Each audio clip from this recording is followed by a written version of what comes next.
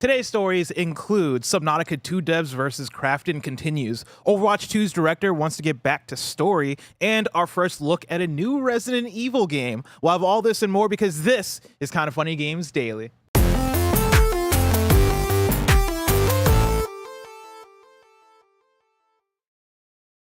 Yo, what's up? Welcome to Kinda Funny Games Daily for Friday, July 11th, 2025. I'm one of your hosts, Blessing, Adeoye Jr. Joining me is the Nitro Rifle, Andy Cortez. Good morning, Bless. I'm doing a Dune Awakening survey. Oh, like you're filling out the survey for some them? feedback. Yeah. Wow. Like, what kind of feedback are you giving them? They're asking, what kind of player are you? Are you more of a, do you lean more PvE? Do you like PvP? Are you into the immersion of the world building, or do you prefer whatever, you know? So I just want to get to the point where they ask, like, what should we add? And I want monsters and aliens. Oh, Yeah. do they have monsters and aliens in the Dune universe? So again, they're taking liberties with this because it's an alternate history, alternate timeline sort of thing. But Nick was telling me they got something called like white tigers, or well, I guess those are real, but like they have some sort of tigers in they have cheetahs in there in the Dune universe, a big cat, if you will, like a big alien cat situation. I don't know if it's an alien necessarily, because again, this all comes from Earth. You know, like Dune is based on Earth. Yeah, so it's like expanding out over the course of centuries. Laza tiger, yeah. So they have like big ass cats. I just want to fight monsters. I got questions. Yeah, tell me. And like, cause like you say Dune is, you know, it's from Earth. We expanded out over a millennium. Yeah, I guess so. So was it like a Noah's Ark situation where we brought the tigers with us? Or did we like take the DNA and then plant the DNA like a seed in the alien soil and then watered it and it grew into a tiger? That's a great question, because I didn't even know Dune was in our universe until I'm talking to a random I just thought it was. I just mean our universe. Well, I just thought it was just like I don't know, like some random alien story. Like I didn't. So let me tell you. So I'm talking to an NPC, and then an NPC goes, "Oh yeah, and in in ancient Greece or something." I was like, "Oh, where? Like I didn't know we were doing that here. I didn't know you knew about Greece."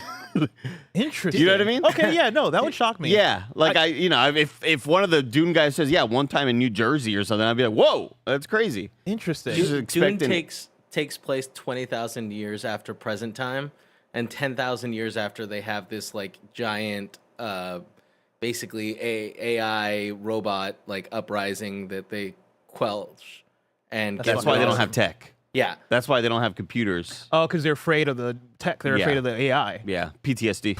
Listen, we're barreling towards that future right now. So, like, what universe do you think Star Wars is in? Do you think it's in our universe or a different one? That starts out. That's in the past, right? Galaxy far, far away. But it's like long ago. No, it's not. No, it's not in the past. They're telling it from a point way in the future, but it's still the past to them. No, I don't think that's right, Andy. No, I believe so. I don't think so. I think it is in the past in a galaxy far, far away. Still in our universe, though. Yeah, I think it's in our universe, but just like so far away and so long ago that it's just like it never reached us. They're not gonna reference Wyoming. No, you know what I mean? Yeah. Like, what if he did? what if Luke Skywalker was like, I had a vision of a McDonald's? I think in Star Wars lore, like they have trouble leaving the galaxy. Like they have a galaxy that's big, and like 2/3 of it I think is mapped, and then 1/3 is like unknown space. But you could be making all this up. I wouldn't know. I think some of the more recent CGI shows have talked about like leaving that galaxy and like. You're talking about like the animated Clone Wars stuff? Yeah. Okay. What's that one blue guy that everyone really likes? Yondu. No, God, guys, come on, help me out. Star Wars. He left. Jake Sully. The aliens that be going to TJ Maxx. Thrawn. Thank you, Chad. Thank you for knowing what I'm talking about. Thrawn. Somehow, like they accidentally left their galaxy and were like locked out for a while and trying to find their way back. It's crazy how cool sci-fi is when other people are telling me about sci-fi. I mean, that's why those YouTube channels. The movies are never as cool as like what people tell me. Well, think about like in a short amount of time, we could give you like the story that has taken place over the last 30 or 50 years when it comes to Dune. You know? Yeah. I need more anthology series because I think that's what Black Mirror does well. Is that they're like, let's skip all of like the boring shit. Let's skip all of like the building the shit up. Let's just get straight to the sugar. Let's show you where technology goes wrong. We talked about Thrawn, and now here's our Thrawn boy. What's up? We're You just guys have questions? Well, yeah, Star Wars. Yeah. Does it take place in our universe? Takes place in a galaxy far, far away. But that's in our universe, though, right? Like when we see the opening scroll, that's like. Are they telling that from the future? It's like when they're saying long, long ago. Are they saying long, long ago from 2025? I think that's the implication. Like it's somewhere so far out in space. Like is that text talking to but then us? so far, yeah. The Who else viewer. is it talking to? Because Andy thinks it's some person in the future. But the past also. If something's over far distance, things are happening way long ago anyway. Like when we see a star explode, it really exploded like 1,000 years ago or something. Honestly, when we get into like the colliding of time and space, it gets really wacky to me. Where I really could, because don't people age faster in space? Isn't that a thing? Well, there's time dilation and like interstellar. If you're going fast, I still. Well, don't tell me about it. I've not seen it yet. I've not seen it yet. Whoa. I've been saving it. I've been saving it. I'm gonna watch it soon. What, Bless? I'm gonna watch it soon. So the thing was, Barrett, It's a very okay. from my Oh perspective. wait, hold on. That mic's not live. What mic you got? Oh, from my. Oh, thank God the mic wasn't live because he said it's Interstellar is a very okay movie. When the so whenever I see in a long time ago in a galaxy far, far away, in my perspective, it's an old grandfather telling his kids this tale, and this is like way in the future. No, Bless. I just want to be clear. That's canon. you, man. Yeah, That's that's just like you headcanon he inferring invented. shit. That's like not. Well, how inferring. do they got future ships and lightsabers and we don't even have flying cars here? Because everything sucks here, Andy. It's far, far away. They're That's just in a true. different universe that like developed progressed it, further. yeah. Their Big Bang happened earlier, so they're further along. See, now that's not you're how mixing it up works. universes No. and galaxies. I feel like that's how that works, right? Because like the Big Bang. Here's my theory. We're talking about science, Right. Because of course I didn't come up with the Big Bang, but like, hear me out. You didn't? Hear me out. I was Hear me under out. the assumption. Hear me Shit, out. Bless. Was there one Big Bang, or are there multiple Big Bangs happening? And There's one. can we even theorize that? One big No, bang. we This is can't one. theorize it. One we, Big we Bang. can't theorize. So there was one Big Bang, and then it's like It's ever not called the Big growing. Bangs theory. You know, that's fair. know? That's fair. Bless. There is a theory that technically all our world, or our universe, is inside a black hole. And so the idea could be that all the other black holes also have universes inside them. That's where shit gets crazy. I saw like a tweet today, and you know when it's on Twitter, that means it's real. That said Earth is in a void. Like scientists recently discovered that Earth. Been hearing about this. Yeah, that Earth is in a void. Yeah. And And I've honestly. Do you think we're in space prison? Like someone out there has like put us in space prison? Probably. I think mean, you think if the aliens, if they had like a jury that judged planets and they're judging Earth, there's no way we're not in prison. Yeah. They look at us and they're like, "Yo, we gotta do something about these guys. They're fucking dangerous." over Anyway, there." someone said in chat earlier, which is why I came out here, they said that they're pretty sure Camino is outside of the Star Wars galaxy. No, it's in the Star Wars galaxy. It just got erased from the database. And then Thrawn is from outside of their kind of galaxy. I forget what he's called.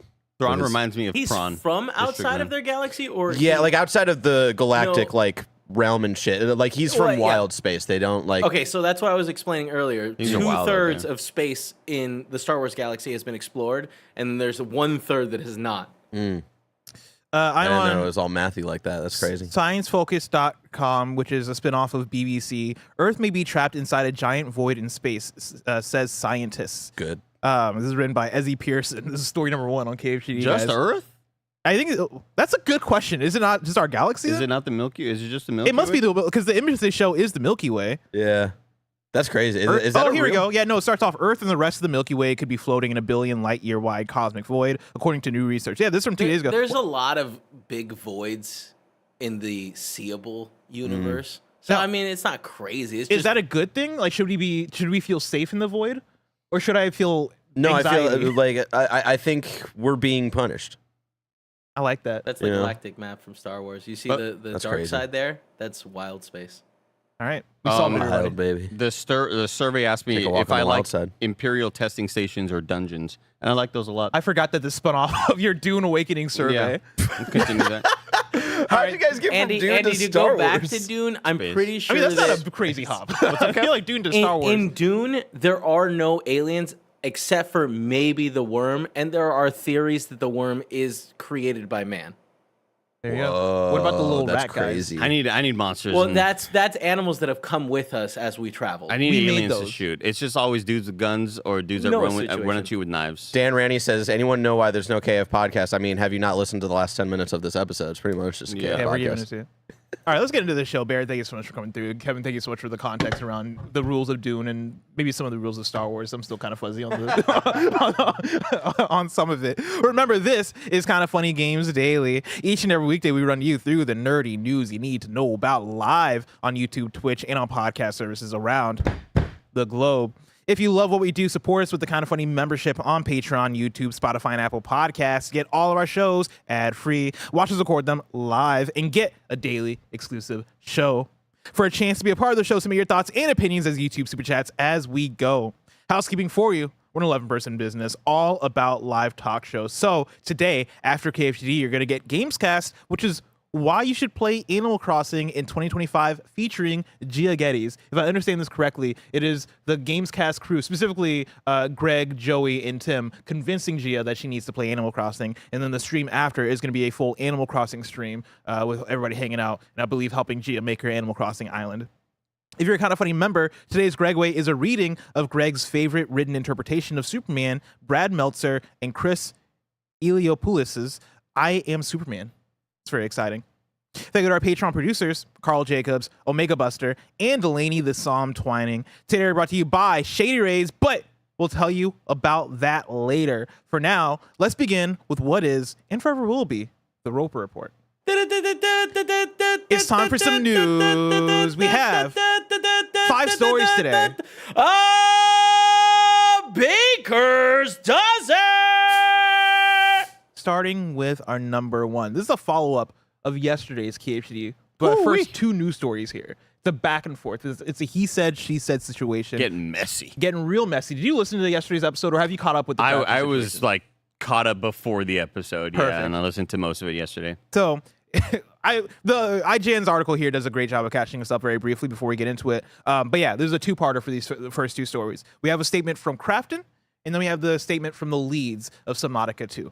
So hopping into story number 1, this is from IGN, Rebekah Valentine. Subnautica 2 publisher Krafton blames leads for delay in statement. It reads like this. The ongoing drama around Subnautica 2's delay and its team's upheaval continues, with the company Krafton issuing a lengthy public statement today accusing the studio's leaders of having abandoned responsibilities on the game, alleging they focused on personal projects rather than fulfilling their contracted roles, and suggesting the game's delay is their fault. I'm going to pause there. So, to give you context, if you didn't listen to yesterday's episode, right? Trying to find the name of the studio here. Unknown Worlds? Thank you. Unknown Worlds. They are the developers of Subnautica 1. They were acquired by Krafton to then make Subnautica 2. The game was supposed to come out in early access sometime this year, with a stipulation in their contract with Krafton that if they were to hit certain financial goals by the end of the year, they will get a $250 million bonus, which is a crazy number, by the way. We didn't linger on that yesterday. That seems like an oversight. That seems like a typo, right? Like you added one too many zeros on the thing. Yeah. But yeah, they're supposed to get a $250 million bonus if they're able to hit certain financial goals. In the last couple of weeks, the leads of the studio who are working on Subnautica 2 were ousted by the company. Like, out of nowhere, kind of mysteriously, like, oh, you're gone. We're replacing you with a different studio head. And Krafton delayed the game to next year. The implication there is that seemingly they're doing that to then not allow them to hit those financial goals so that they can keep the $250 million for themselves and not have to pay that out. Which happens so much in sports, Blessing. The amount of times that there are players that are so close to a contract little benefit that where there's something in their contract that says if they play this many games or if they have this many snaps, if they're like in so many plays or whatever, there are some times where owners or coaches will be like, we're not going to put you in. And it's like, oh, that's so fucked up because you were close to that $80,000 bonus or whatever. This happens so much in sports. It's ridiculous. So hopping into the statement, the full statement, this one coming from Krafton. To our 12 million fellow subnauts, first and foremost, we sincerely thank you for your continued support, passion, and unwavering dedication to Subnautica.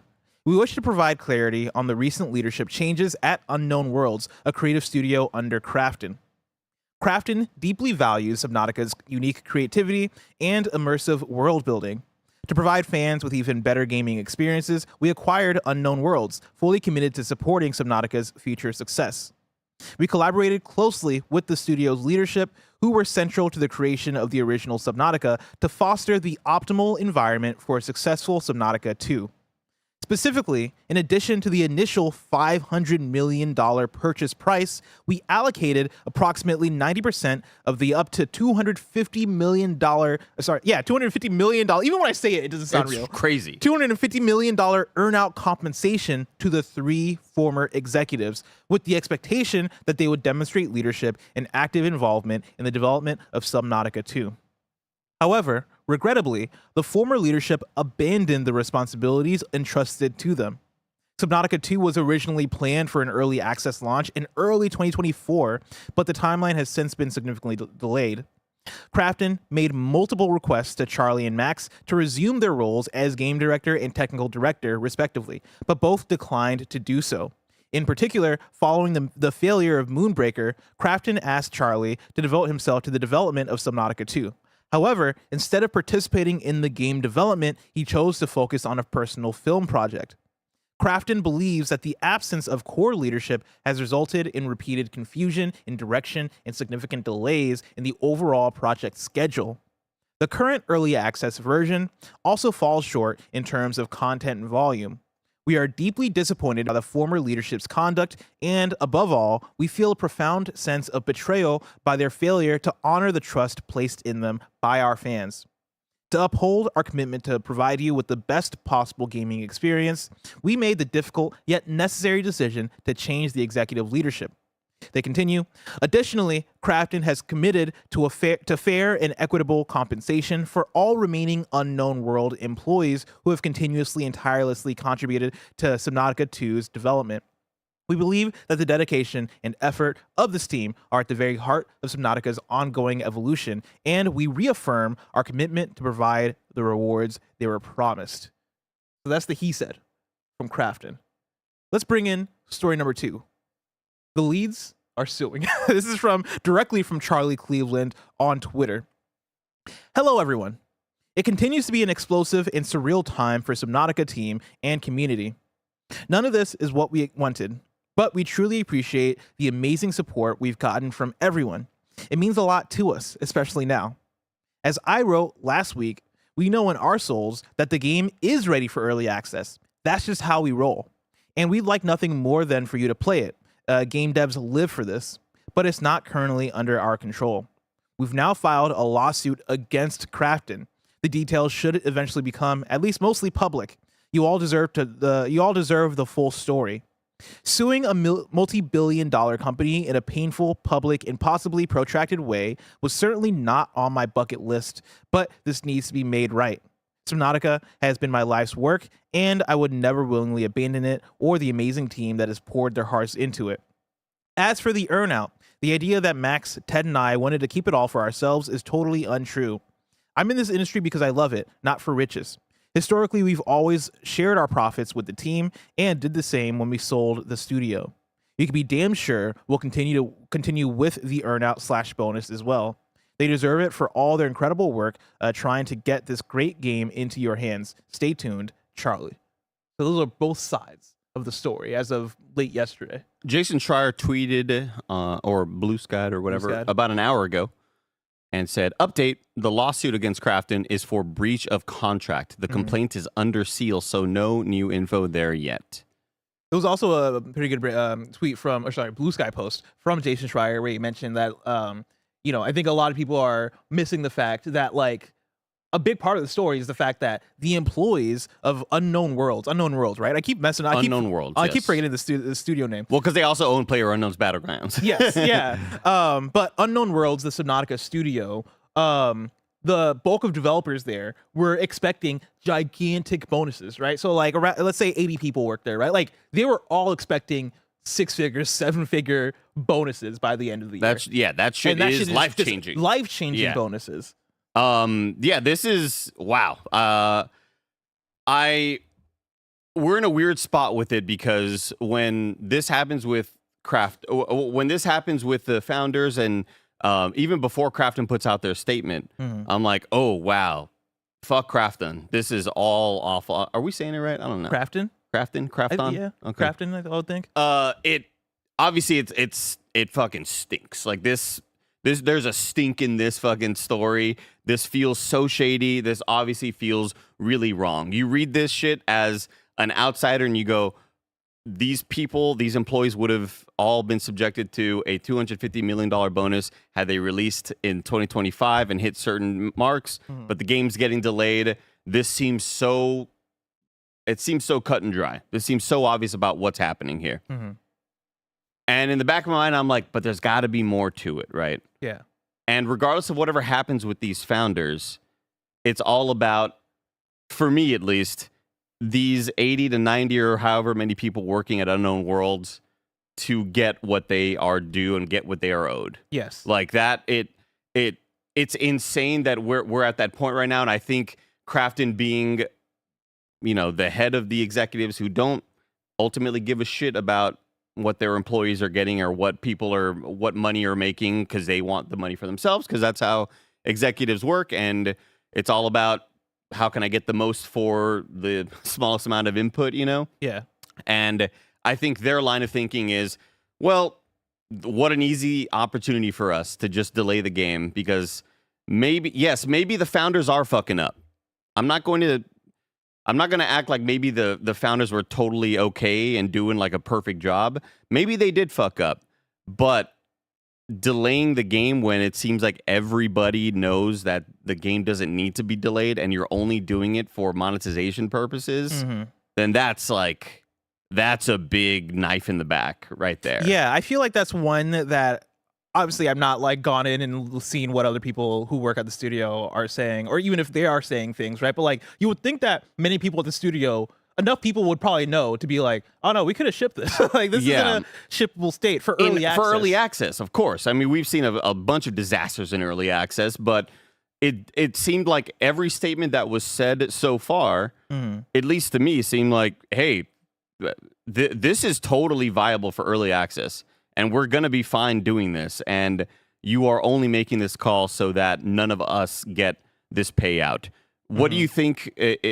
What do you think ultimately happens with this lawsuit? Where do you think the founders are going with this? Do you think the founders are in any way coming back? And in part of my mind, I'm like, wow, what an awesome marketing opportunity this could have been. Like, or like if any studio wanted to fake any of this drama, it would be so lucrative to just be like, we were going to boycott you all, but now we're back because you all are like doing the developers right. Like I'm in such a weird spot with this because you just want these developers to get what they're owed. I hope the developers get what they're owed. When I say the developers, I don't even mean just like the leads. I mean like the 80 people. No, that's what I mean. That are working at Unknown Worlds, right? In that last part of their statement, the Krafton, the publisher, right? Like they say that they're committed to fair and equitable compensation for all remaining Unknown World employees who have continuously and tirelessly contributed to Subnautica 2's development. That to me says that they're going to own up to what people were told they were going to get, at least to some extent. Are they going to get as much? Maybe not. Like I don't know. That's a tough thing to parse out, especially if Krafton made this move, presumably to try and avoid paying out that much money. But maybe if it is a thing where they said also in their statement that 90% of the money was allocated toward the leads, if you can still take that 10%, if you can take that $25 million and divvy that up between 80 developers, you can still make that sing in a way where I'm like, listen, I'm still getting my 6 figures bonus here out of that 25 million across our company. That's still life-changing money, right? So I hope that happens. Now, are the leads going to come back to Unknown Worlds and like work on Subnautica? I don't think so. I think this taints everything. I think once you start suing the publisher, I think that relationship is done. And also, I think both parties wouldn't want to do it unless the leads. I think the only way they work on Subnautica 2 or work on Subnautica again is if they were to just buy out Unknown Worlds. Like if they had enough money to buy out the studio from Krafton, and like if everybody at the studio has a great relationship and everybody who works there like wants to work for these leads, and like there's a plea from the studio to be like, no, reunite us with these leads, like this isn't going to work without them, then maybe there's a possible outcome where they buy it out and like they're able to have a split from Krafton. But I think in zero universe is like Cleveland and like the other leads that were ousted end up coming back and working under Krafton. I think that relationship is absolutely done. Yeah, I mean, it's such a fascinating one. This is one that's going to be like, we need a book and a movie made about this story. Think this is an entire Jason Schreier book. Yeah, there's an entire novel. There's just so much shadiness, and again, like I just keep going back to like, man, this story stinks of like, there's some shady shit happening all around this, and again, at the end of the day, I still believe that the founders could have fucked up, and if they were messing up enough to be ousted, then they deserve to be ousted. But to use that as, it really just seems like they're using that as the opportunity, as an excuse to say, well, hey, the founders are messing up. Now we don't got to do this bonus. It feels, honestly, from Krafton, if I were to do my speculation thing, right? Like Speculation Station, right? I would look at this.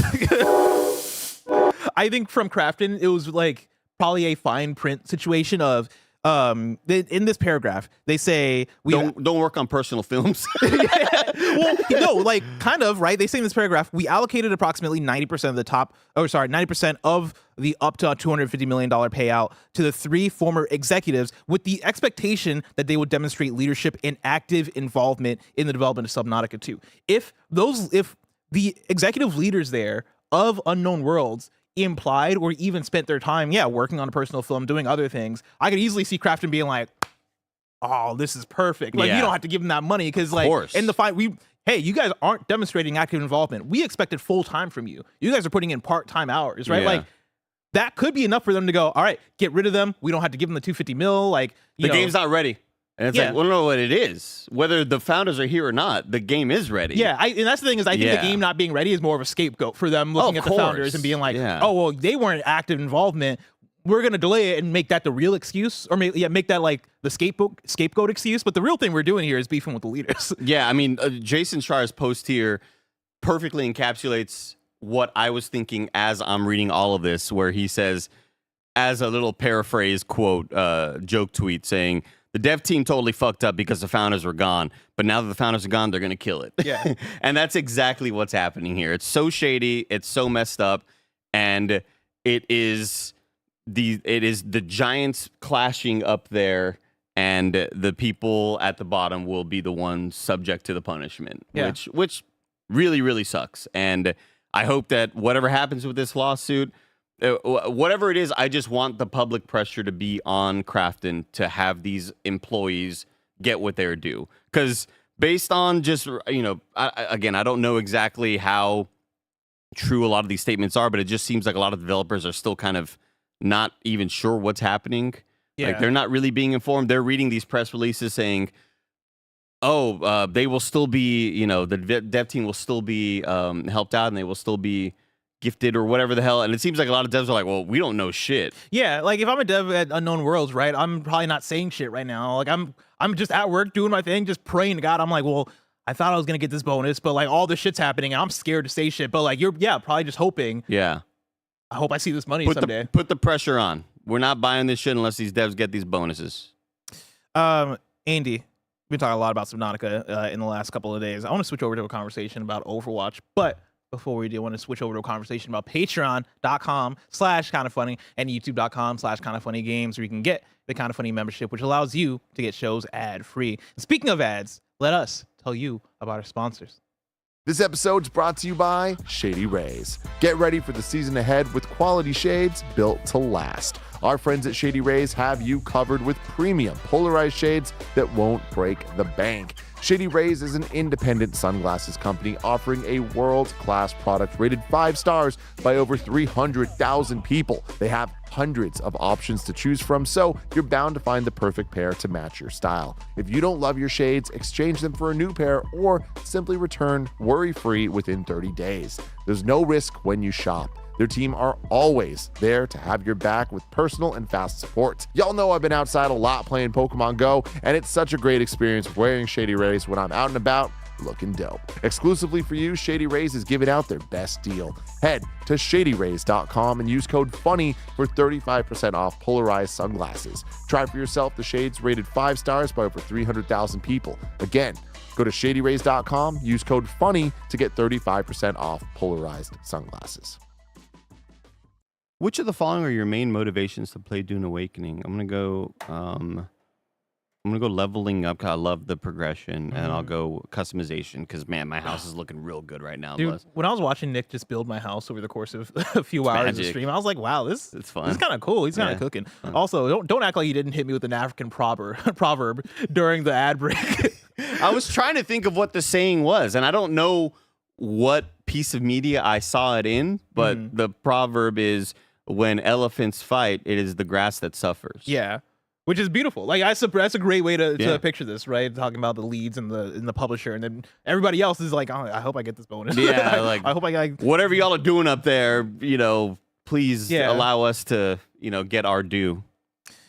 Story. Actually, before we move on to story number 3, we have a couple of super chats. Peter Duke writes in and says, "Blessing, Overture, Yes. one day." Blessing, One day. overture. I was thinking about it because I'm like, I'm not actively playing anything right now, but It's- also like Donkey Kong Bonanza. There has never been a better time to hop into Lies of P. What's the release date of Donkey And Kong we're Bonanza? excited for you to play today on Xbox Series S. I don't know why I went with that, but See, that comes out in Donkey Kong Bonanza comes out in like 6 days. Can I beat Overture that's so in 6 soon. days? Yeah, you can. I don't want to get interrupted. You know what I mean? 15 hours. Oh, is it really? Yeah. Because I have to get there at least 30 hours. Getting there, I mean, you drop this difficulty down to like the easiest one. Mhm. Get there, chapter 5, easy. It's so fast. Give these chapters so fast. I'll think about Crazy. it. Sky Forceland says, if Star Wars is in our universe, give me a miniseries where Force users are on Earth. I kind of fuck with that. They're so far away though, guys. They can't get here. That's true. I'm sure, we like, don't even have many. By the time they get here, they're dead because of the time. because they like when you think about it, right? Like, cool, they got lightsabers and shit, but like we got the internet. You know, like there's certain things we like haven't reached there, and like certain things didn't reach back. You know, we're so far away. So Yeah. here we don't have the Force, I think they have. but then over the there they internet. don't have. I think they have the BBLs, internet. you know what I mean? They Jesus don't, Christ. yeah. They don't have BBLs in the Star Wars universe, but we got them here. So Yeah. you give and take. Which one do you want, the Force or BBLs? The pros and cons. Pros and cons. Story number 3. Overwatch 2 director says Blizzard wants to get back to story content after fans feel it dropped the ball with PvE. This is Michael Cripe at IGN. Overwatch 2 game director Aaron Keller has addressed criticisms that Blizzard Entertainment dropped the ball when it comes to things like story content, PvE, and animated shorts. The face of Blizzard's popular hero shooter opened up about the team's struggle during an interview with content creator J3 and Overwatch 2 voice actor Connor McLeod. Although the multiplayer title is largely known for its team-based gameplay, Keller recognizes that some story content will need to come back for Overwatch 2 to be firing on all cylinders. Quote, one of the things that we hear our players talk about a lot, you see online, it feels like Overwatch has dropped the ball when it comes to story and lore, Keller said in response to a question from McLeod. Quote, you kind of see that. We used to put few more of the big animated shorts out than we do nowadays, end quote. Overwatch animated shorts are a sore spot for fans. Blizzard originally built excitement with a series of high-quality cinematics from 2016 to 2023, with each highlighting abilities for characters like Reinhardt, Hanzo, Genji, Mei, Bastion, and more, while also showing how many of its 43 playable characters fit into the larger story. What began as somewhat frequent lore drops eventually started to fizzle out around the release of Overwatch 2 in 2022. It's been nearly 2 years since fans received a 3D animated cinematic. Frustrations with the lack of animated shorts reached a bowling point when Blizzard announced it would be scrapping its PvE hero ambitions in summer 2023. With a long-promised story-driven mode canceled and animated shorts releases crawling to a halt, Blizzard had to start from scratch. Although it's been years without a significant update, Keller says the Overwatch 2 team hasn't completely left story behind. Quote, to speak frankly about it, we did have a big plan to go after story in the game. That was the PvE side of it with the campaign and everything like that. That didn't work out. So it was kind of a bit of a reset moment for us when that happened. And we would like to get back to it. I think one of the best parts of Overwatch is the universe and the characters that are there. That's definitely a goal of ours to get back to it. There's been a bit of a step backwards, and we had to take an order. There's been a bit of a step backwards that we had to take in order for us to be able to start moving forward on it again, end quote. One idea many fans, including McLeod, would love to see is an Overwatch TV series. Keller says he's not opposed to the idea, going as far as to say we'd love to do that. It's unclear how, when, or if Keller and the Overwatch 2 team will be able to enter another golden age. One thing is clear, Keller knows Overwatch fans want more story content. Quote, I think for us to say that Overwatch 2 is firing on all cylinders, we need to have some of that come back, Keller said. Andy, you're an Overwatch fan. You're a big Overwatch fan. I'm also a big Overwatch fan, but I'm kind of lapsed a bit. Oh, it's been some years. I'm definitely lapsed as well. Yeah. You know, when you bring up Connor McLeod, I'm like, who is that? And I look up the character, I go, I haven't seen that character in game, nor have I seen maybe the character prior in game. Like, that's how long it's been, because he plays a character named Hazard. And Hazard is this kind of like tank purple, a lot of like purple spikes, and I don't even know what the dude does. Okay. And that's how lapsed I am. That's wild. It's been a long time. Dude, I'm so ignorant because I read that and I totally assumed it was Agent 47. Or not Agent 47. Soldier 76. Soldier 76. I was like, wait. He's really right. lapsed. I was like, that doesn't sound right. Agent 47. Yeah, Soldier 76. Yeah. Yeah, it's been a while. I know that Overwatch 2 and the failure that was Overwatch 2's story mode and trying to and really putting PvP on the back burner, a lot of that led to less focus on what they were already doing, right? And so like the PvP game really hurt because of that. When you go into development and you're focusing so much on what these PvE story modes and little snippets are going to be, like, remember we reacted to that one Overwatch direct live during the pandemic? We're like picking it apart and being like, oh man, okay, this could be cool. And we're like theorizing and speculating. We're like super hyped for it. They talked about different classes and different abilities, and a lot of that I feel is still being utilized in Overwatch Arena, in the Arenas mode, which is the third person mode that has you kind of round by round. Is it Arena or Stadium? Stadium. You're right. Arenas is Apex, right? Yeah. God, I miss Apex Arenas. Has your character being customized and changing little like RPG abilities to where you go, oh, maybe I want Zarya's shields that she's shooting out to last longer. Maybe I want to be able to shoot 2 or 3 now, or maybe it lets you customize in a way. And I think that a lot of those systems and mechanics are maybe kind of left over from what they were doing, where it's like, oh, you can have Reinhardt do 3 shield strikes or a hammer strikes, or you can have him charge this many times with a small cooldown. What really got lost was the story and lore, and that's why so many people really still love this universe. There was just so much potential. Yeah. And everybody, whenever you talk about Overwatch lore and story, it's like the number one term you hear is like, man, they dropped that shit. They dropped the bag bad. That's like if there was a shit list of like top 10 biggest dropped balls, dude. Yeah, in video games. Yeah, drop balls. We'll workshop the headline for it. They definitely dropped. That's a real big shit list. Drop balls. Dropped balls. Yeah. In the but yeah, I think not capitalizing on the Overwatch like lore and characters in like a bigger way is like the biggest, because the cinematics were so fucking awesome, and those were just like animated, 3 to 5 minute things, but like that fueled us. You know what I mean? That fueled us. They were so high quality. And we're thinking back to the days where every discussion that I was having about Overwatch, when it was just an obsession of mine, was like, holy crap, can you imagine a Netflix animated show? Can you, like, back when like, streaming was at not quite as large as it is now, when there wasn't like a million streaming services, it was like, oh my God, if Netflix did some sort of animated show, that would be so amazing.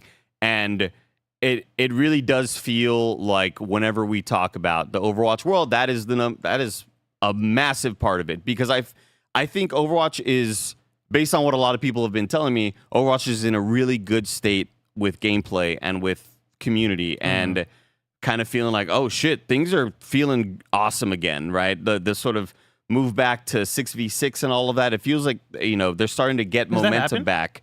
Oh, yes and no. Okay. I know that the 6v6 thing was still like being tested a whole lot, but it based on what everybody's been mentioning, it feels like Overwatch is finally kind of like taking the turn for the better. Interesting. I'm sure Chad will kind of hero bans and comp is amazing. That's another massive thing. Also, I said 66 is a permanent mode. Permanent game mode. And they're taking cues from League of Legends and all of these other competitive games where now you can ban heroes, which is like massive because whenever somebody's way too meta and way too OP, you ban that dude immediately at the start of a match, and now that team can't play. So like all of those things, they're finally taking these cues from a lot of these other competitive games, and it really feels like there's a real nice upward swing of momentum. The lore stuff would be amazing to get back to. Yeah, dude. The fact that can you believe Overwatch 1 came out 9 years ago? It's been that long, and like tell you, it's real high on my 100 top 100. I mean, I think it's real high on mine real too. High on mine. And like it's been that long, and they never were able to take full advantage of that. Like that breaks my heart because we're in an era where everything is getting adapted. Every video game possible.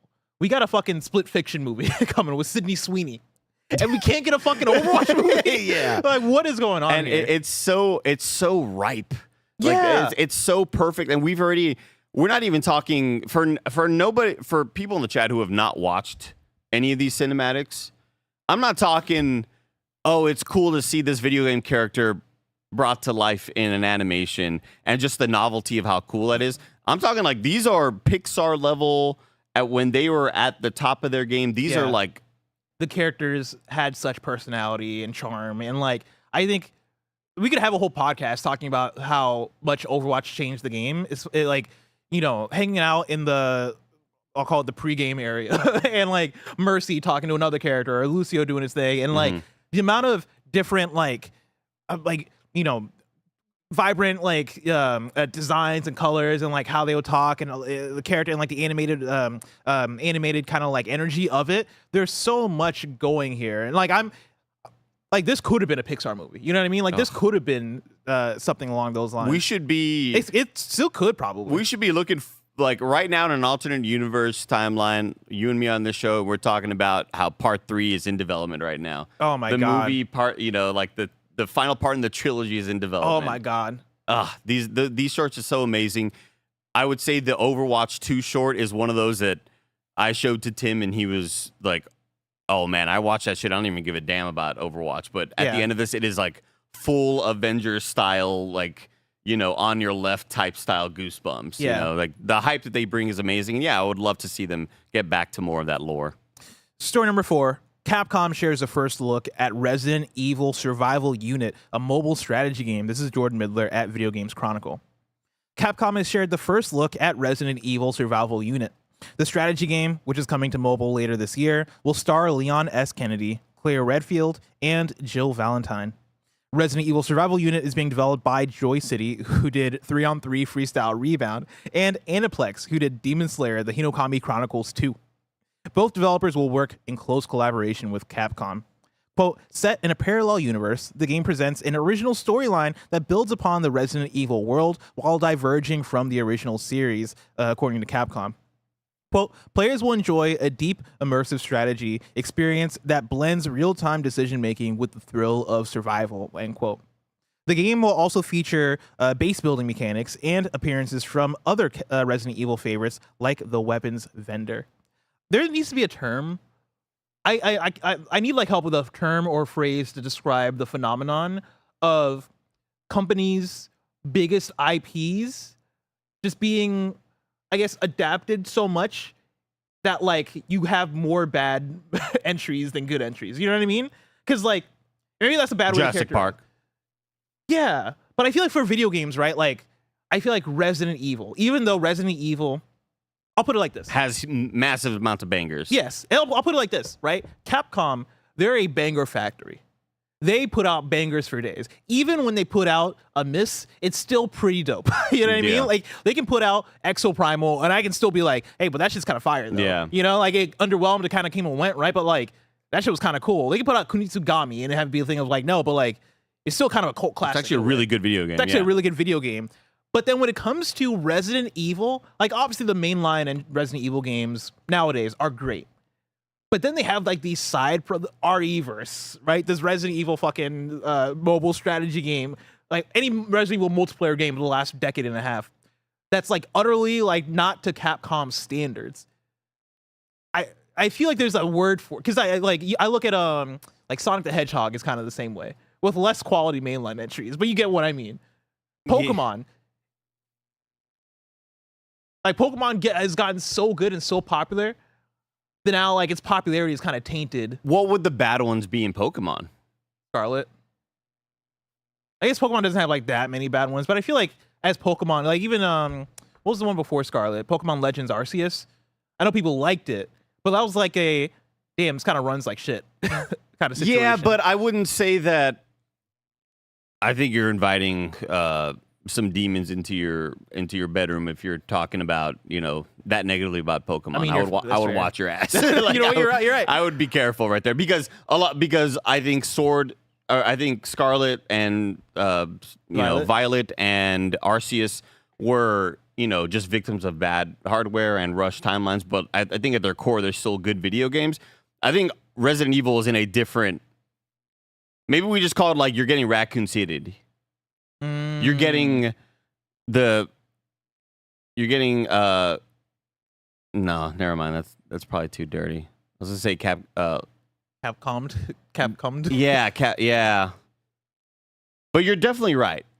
There are a lot of IP that get punished by like I know these are varying degrees. Maybe this is me. Maybe this is my point falling apart a bit. But like I even look at Horizon, like Zero Dawn, which isn't like, it's not like Horizon's had like terrible entries, but I think PlayStation looks at Horizon as like, all right, this is the popular one that like sold millions of VR like, and Lego. One. So yeah, let's put it in VR. Let's put it in Lego. Let's make a multiplayer thing, and like people are underwhelmed by all this shit. Yeah. Like when the you're so the multiplayer game's gonna be so when sick, you're so though. popular that you're forced to have spin-offs that suck. Like that's the point I'm making. Okay. When you're so popular that like you have other games released in your franchise that start tanking down the entire quality of it. YouTube comments. I would love for the best suggestions because I look at myself less and I'm kind of like a marketing genius, you know. Yeah. Like, you know, I have, you know, great puns, great wordplay, but I'm kind of blanking right now. I would love to come up with it. I would love to help you come up with this term. It's like, you know, if I'm looking at wrestling, because I've been watching a lot of wrestling in the last year, you know what I mean? There's like the story of Roman Reigns. Actually, this is kind of backwards because Roman Reigns started off as like people hated him and then got better. Maybe Jey Uso, where Jey Uso was like really fun to watch and people loved Jey Uso, but then they put the championship belt on him and people turned on him. I feel like you get exposed when you're getting too much FaceTime. Yeah, sort of thing. there's too much FaceTime. Oversaturation, over franchise, cap cucked, overexposed, raccoon shitty. Raccoon shitty is good. I mean, I guarantee redundancy is pretty fun. I guarantee you there's a lot of other IP that are like this, but Resident Evil, I definitely think you're right in that this is one that I think of the most. Like, if this were a Kind of Feudy question, yeah, or if this was some sort of Game Showdown question, and you're like, contestants, what's an IP that was so good they inevitably started making a bunch of shit, like products based on it? Yeah, I would say Resident Evil. Resident Evil would be one of those. Yeah. Resident Evil. I'd have to think hard about some of these other ones. Yeah, because like then you had to imply that it was good to start with. So I want to say Sonic. Which Sonic, the first three Sonics, I think are objectively like, those are great games, and then you kind of tank a little bit and then stay that way for decades. Yeah. We'll think on this. We'll think on this. Also, let's on the comments. Mad Rocks in chat. Earlier I said, you know, I was watching a lot of wrestling. He said a lot of wrestling, you know, quote a lot of wrestling, just WWE. Fuck off, Mad Rocks. That's like me. I can say like I've been playing a lot of video games. They're all Nintendo games. It's still video games. Also, been watching a lot of basketball. Oh, but you haven't been watching the Australian League. Yeah. I'm like, it's the biggest thing. What am I supposed to do? Andy, Resident Evil Survival Unit. Doesn't feel like one of them big Resident Evils. It sure doesn't, Bless. But if I wanted something small, just like it, say the tiniest news I wanted to know about, where would I go? You'd go to our Last Story, the Wii News channel, where we cover all the small news items you need to know about. Last story is Wii News. Helldivers 2 Control Group Warbond launches July 17th, and Earthian console release has been delayed to September.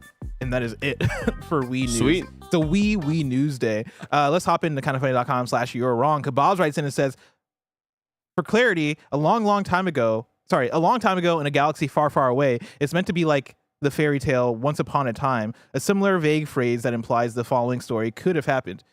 But Kebabs, that's not what we're asking. No, That's not what we're asking, Kebabs. I appreciate it, but no. thank you. Um, Super chat here from Dennis DeMembro says, I'm a few days late for my birthday tax and Kind of Funny stopped working. I really hate that this is mandatory. Thank you, Dennis, for your $10 super chat. Happy and birthday, happy Dennis. birthday. Happy belated birthday. Hope you had a lovely birthday. yeah. Luke writes in and says, Krafton can kick rocks. I sadly unwish listed Subnautica 2 and ignored all their games listed on Steam. The worst part was that many of those games looked great. Vote with your wallet, people.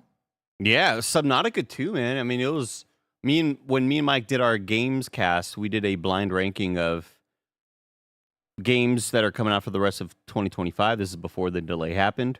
And, you know, I gave Barrett a list of like 40 games that are coming out, and he only was in a randomized order gave us 10, and Subnautica 2 popped up, and I was like, man, I'm really looking forward to this game. And now I'm like, fuck that. Like, things better be made right, or else, you know, I'll go play something else because there's a lot of other shit to play. Yeah. Also, people in the chat are pointing out that I said wee news. It's pretty funny. Wee news.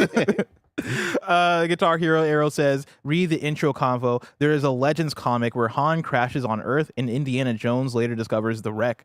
Chewie is the genesis of Bigfoot. Whoa. Don't they have Christmas in Star Wars? Wasn't there a Star Wars Christmas special? They have a Jesucristo. Like, that's crazy. their own Jesus I over didn't there. know that. $5 super chat from Alex with no message, just a $5 super chat. Thank you. Thanks for supporting us, keeping the lights and the mics on. Snug says, those are some huge balls to drop, but if I wanted small balls to drop, where'd I go, Andy? Why do we revere the big D? Andy. JB Bonifacio. Bonifacio, thank you. I just like fucking struck into that one. I hope that more people get exposed to Nujabes as a result of Yotei's Watanabe mode. I hope so too. Nujabes and J Dilla are like my two go-tos for like, I just need music to put on in the background that just to chill me out. Fucking the goats. RIP, both of them. Samson L with a $5 super chat. And I'm glad I wasn't just talking out of my ass, because Samson L is I met Samson L at an Overwatch league event. Took a photo with me. He was a fan of, blanking on the name of the team, but they were green and blue. And I was a Dallas Fuel fan. We burn blue. And he says, Overwatch 2 is the best it's ever been now. I'm a Laps fan, but enjoying it again. Oh, yeah. He says, also, Andy, we met at the LA Valiant homestand. Yeah, I remember that. Who was that blue and green team, chat? Let me know. Vancouver Titans. That's who they were. Titans. Yeah. I love that. Also love hosting games daily. Of course, this brings us to the end of the show. On this show, each and every week that we run you through the nerdy news you need to know about live on YouTube, Twitch, and on podcast services around the globe. If you love what we do, support us with the Kind of Funny membership on Patreon or YouTube to get all of our shows ad-free, watch us record them live, and get a daily exclusive show. Enjoy the Gamescast next and the stream after, but until next time, game daily.